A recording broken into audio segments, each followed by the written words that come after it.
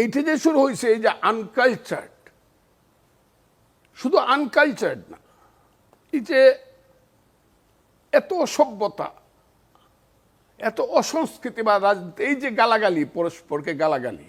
আমি তো খুব কঠিন কথা বলি, কিন্তু আমি একটা চ্যালেঞ্জ করি, আমি জামাতের বিরুদ্ধে কেন কঠিন কথা বলি? তারা যেদিন বলছে, বা শিবিরের ছেলেরা যেদিন বলছে, বা এই যে ছেলেরা যারা এখন প্রধানমন্ত্রী হইব বলে, এটাও পরে বলবো, যারা যেদিন বলছে যে আমরা 47 আর 24 মানে 71 কিছু ছিল না,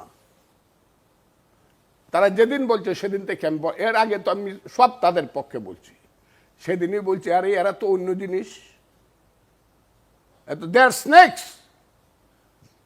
তারা বাংলাদেশের মুক্তিযুদ্ধকে যারা স্বীকার করে না, মুক্তিযুদ্ধ হলো বাংলাদেশের মা, মায়ের পেট থেকে দেশ বেরিয়েছে, রক্তাক্ত মুক্তিযুদ্ধ থেকে বাংলাদেশ নামে দেশ, সেটাই আর তুমি বাংলাদেশের, তুমি হইলে বাংলাদেশের কি কয় মন্ত্রী, তুমি হও বাংলাদেশের নেতা।